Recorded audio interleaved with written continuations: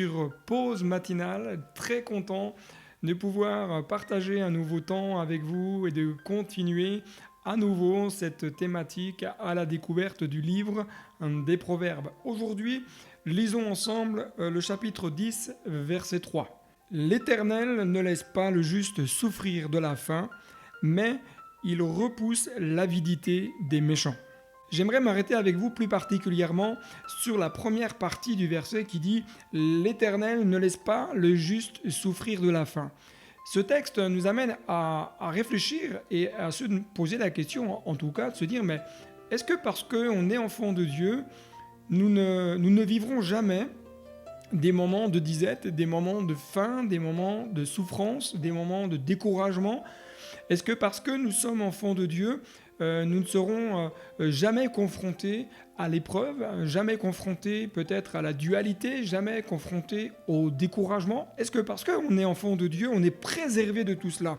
La Bible nous rapporte des récits où certains et certaines personnes ont eu des moments compliqués dans leur existence et pourtant ils étaient enfants de Dieu, disciples de Dieu, ils étaient des hommes et des femmes impactantes dans leur génération. Et Paul va dire, ceci c'est un texte qui est assez interpellant, dans la première épître aux Corinthiens, chapitre 4, versets 10 et 11, on va le lire ensemble dans la transcription d'Alfred Kuhn, il dit « Nous sommes devenus des fous à cause du Christ ».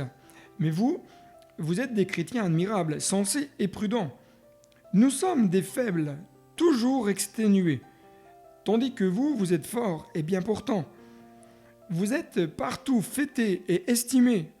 On vous comble d'honneur et de prévenance, alors que nous vivons comme des parias, obscurs et méprisés. Jusqu'à cette heure, nous souffrons la faim et la soif. Nous manquons d'habits convenables, nous sommes exposés aux coups, considérés comme des vagabonds, maltraités et errants de lieu en lieu, sans foyer et sans patrie. Waouh! Paul est quand même un homme de Dieu très impactant, très influent dans sa génération. C'est un homme qui sert Dieu, c'est un homme qui aime Dieu, c'est un homme qui est fidèle à ce que la Bible enseigne. Et pourtant, le texte nous dit qu'il vit comme quelqu'un dont les habits sont pas forcément au goût de la mode. Il souffre de la faim, il souffre du découragement, il souffre du rejet des autres.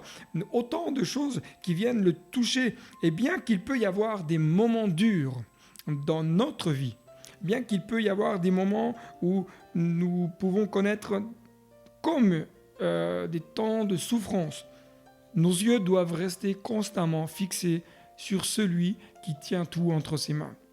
Nos yeux doivent rester constamment fixés sur la bienveillance de Dieu et sur toute sa grâce. Pourquoi ? Le juste, c'est celui qui marche avec un cœur vrai.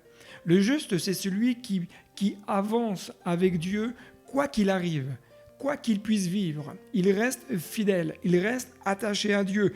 Il n'est peut-être pas parfait, il va connaître des moments de défaillance, il va peut-être connaître des moments où le genou va être mis à terre, mais le juste continue de garder les yeux fixés sur Dieu et de garder les yeux fixés sur celui qui pourvoit et qui agit en toutes circonstances. Le psalmiste, au chapitre 55, verset 23, nous dit « Remets ton sort à l'Éternel et il te soutiendra, il ne laissera jamais chanceler le juste. » Au psaume 37, verset 25, il dit « J'ai été jeune, j'ai vieilli, et je n'ai point vu le juste abandonné, ni sa postérité mendiant son pain. » Vous qui regardez cette vidéo aujourd'hui, peut-être que vous êtes dans une situation où le pain quotidien vous manque.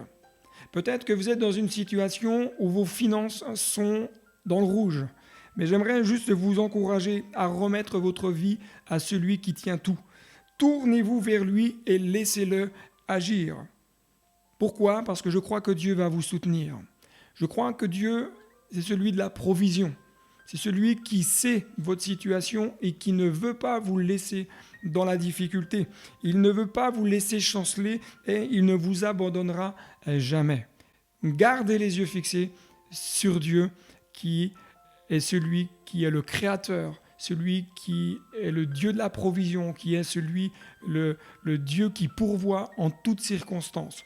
Fixez vos yeux sur lui et vous verrez qu'il va vous bénir. À très bientôt sur Pause Matinale. Si vous n'êtes pas abonné, n'hésitez pas à vous abonner, à cliquer sur la petite clochette pour être alerté. Et également, vous pouvez bien sûr liker cette vidéo pour qu'elle soit mise en tête de liste, en tout cas dans les différentes recherches sur la chaîne YouTube. Que Dieu vous bénisse et je vous dis à très bientôt.